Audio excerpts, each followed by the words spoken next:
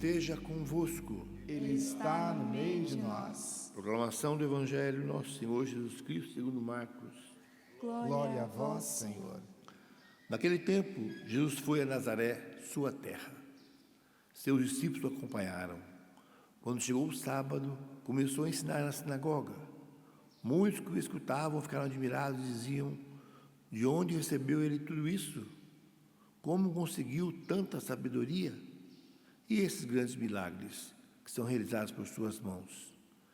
Este homem não é o carpinteiro, filho de Maria, irmão de Tiago, de José, de Judas e de Simão? Suas irmãs não moram aqui conosco? E ficaram escandalizados por causa dele.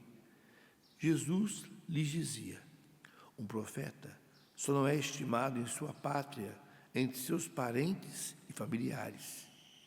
E ali não pôde fazer milagre algum. Apenas curou alguns doentes, impondo-lhes as mãos. E admirou-se com a falta de fé deles.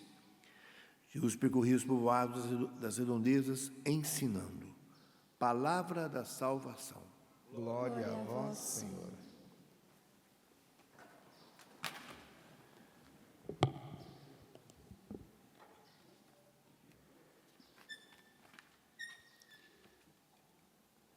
Irmãos e irmãs, nós vimos na liturgia da palavra de hoje a consequência de confiar na própria lógica, na própria capacidade de julgar as coisas, ou também quando nós confiamos nas nossas próprias forças. Nós vimos na primeira leitura esta saga do rei Davi, que constantemente está aprendendo de Deus a forma de se colocar, não é? Seja como rei, mas também debaixo do olhar de Deus. O rei Davi, que segundo o relato da leitura de hoje, interessante que no versículo 10, nós estamos no segundo livro de Samuel, no capítulo 24, que é o último capítulo deste livro.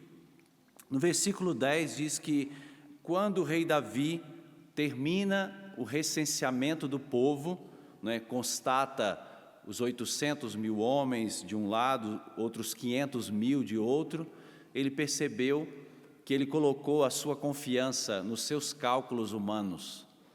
Davi sente o quê? Um remorso e diz ao Senhor: eu cometi um grande pecado. Esse sentir remorso aqui, o verbo hebraico que está aqui é mais forte, é ferir a consciência. Ou seja, Davi teve a sua consciência ferida, tocada pelo próprio Deus, pelo ato que fez. E esse ferir a consciência é esta acusação interior, é esse contato com a verdade, a mais profunda verdade. A consciência que é abalada pela voz de Deus, porque o próprio catecismo da Igreja Católica nos ensina que a nossa consciência é esse lugar, esse sacrário, esse tesouro, né, onde só Deus penetra. Então é estar a sós com o próprio Deus. Davi tem essa experiência de passar por esse abalo na sua consciência. E aí uma atitude que ele adota é muito importante para nós, porque Davi, ele não se vitimiza. Davi não se vitimiza. O rei, que é falível, que confiou nas suas próprias forças, no seu exército, ele também é capaz de conversão, que é a sabedoria de assumir o próprio erro, a própria falha, e preferir cair nas mãos de Deus. O texto diz bem assim: é preferível cair nas mãos de Deus, ou seja, se colocar debaixo da mão de Deus, do cuidado de Deus. Então, ele faz essa oração: fui eu que pequei, versículo 17, porque é interessante que ele assume para si. Quando Davi viu o anjo que afligia o povo, não é, dos castigos, ele disse: fui eu que pequei, eu é que tenho a culpa. Mas essas ovelhas, o que elas fizeram? Davi faz um bom exame de consciência e tenha coragem de tocar, deixar Deus tocar a sua consciência e assumir a sua responsabilidade. Como eu disse, o rei Davi, ele não se vitimiza. O rei Davi toma consciência e se responsabiliza por aquilo que ele fez.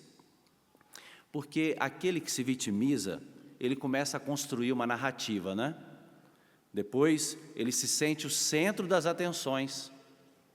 Ele começa a olhar para trás e depois ele afirma: vejam o que fizeram comigo. Assim, quem se vitimiza adota sempre essa postura. Mas o rei Davi nos ensina a sabedoria de assumir a responsabilidade pelo seu ato. Nós temos um outro relato do Evangelho de hoje, porque o povo de Nazaré também começou a confiar nos seus próprios raciocínios. Jesus, mas nós conhecemos ele, mora aqui perto, brincou aqui com nossos filhos, imagina, o pai dele da carpintaria, conhecemos a sua mãe. E começam, as elucubrações baseadas só no conhecimento humano, desprezando que a divindade estava escondida ali, naquele menino que cresceu perto deles, que o Messias estava ali no meio deles. E aí, com essa pretensão, descartam Jesus, descartam a divindade em Jesus, descartam Jesus como Messias. Jesus se vitimou, fez-se de vítima, apesar de ser a vítima expiatória, mas é uma outra vítima, porque quando a gente assume a sabedoria da vítima, mas na dimensão vicária, é muito diferente. Por quê? Jesus reconhece o fato que aconteceu. O profeta não é aceito na sua terra. Pronto. Depois, Jesus, ele olha para frente, porque ele diz, ele foi para outros povoados para anunciar a boa nova. Não quer ouvir aqui não? Então eu vou para lá. Jesus foi para outros povoados, essa postura positiva de olhar para frente. E depois, Jesus compreende o que isso ensinou para Jesus. Ali, diz o próprio texto, Jesus não pôde fazer nenhum milagre, só algumas curas. Isso ensinou para Jesus que Deus também respeita o coração de cada um de nós. Ele bate constantemente à porta do nosso coração, mas Ele não violenta a nossa liberdade. Ele também deixa que cada um de nós possa fazer a sua adesão pessoal, integral, ao seu projeto de amor. Cada um de nós precisa escolher e optar pelo Senhor. Por isso, aqueles moradores de Nazaré tinham Jesus não como seu mestre e Senhor, mas como uma pedra de tropeço. Jesus foi motivo de escândalo, ou seja, uma pedra de tropeço. Jesus se tornou uma barreira, mas Ele não quer ser isso na nossa vida. Jesus quer ser o nosso mestre e Senhor. Jesus quer ser acolhido na nossa vida e quer que eu e você confiemos nele. É melhor cair nas mãos do Senhor. É melhor colocar a nossa confiança nele, a nossa esperança nele, depositar nele a nossa expectativa, porque ele sim não nos decepciona, ele não nos abandona e nem nos deixa na mão. Baixe por um instante a sua cabeça. Coloque-se diante do Senhor a partir da provocação que esta palavra nos faz. É melhor confiar em Deus. É melhor cair nas mãos do Senhor. É melhor refugiar-se nele. E nele, estando nele, reconhecer as nossas posturas anti-evangélicas, reconhecer as nossas infidelidades, reconhecer os nossos erros e mudar e nos converter. Por isso, Senhor, nesta liturgia, nós te suplicamos misericórdia dos nossos pecados, das nossas falhas. Tem piedade de nós, Senhor, das nossas escolhas erradas, das vezes que nós escolhemos confiar nas nossas próprias forças, em contar, Senhor, com as nossas próprias forças, mas queremos confiar em Ti. Ensina-nos, Senhor, a confiar em Ti. Ensina-nos a depositar a nossa confiança inteiramente em Ti. Temos sim, Senhor, a capacidade de fazer os nossos projetos, de pensar a nossa vida, porque foi o Senhor mesmo que nos deu inteligência para isso. Mas existe um lugar, existe um momento em que o Senhor nos pede uma confiança nova.